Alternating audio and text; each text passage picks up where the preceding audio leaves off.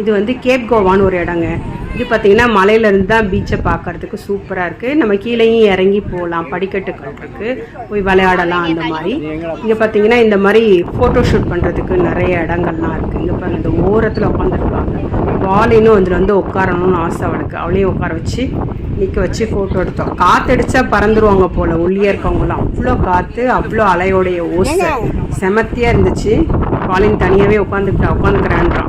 எனக்கு தான் பயம் பாலின் அப்படி விடுறதுக்கு. ஆனால் அவள் தைரியமாக போயிட்டா, பரவாயில்ல.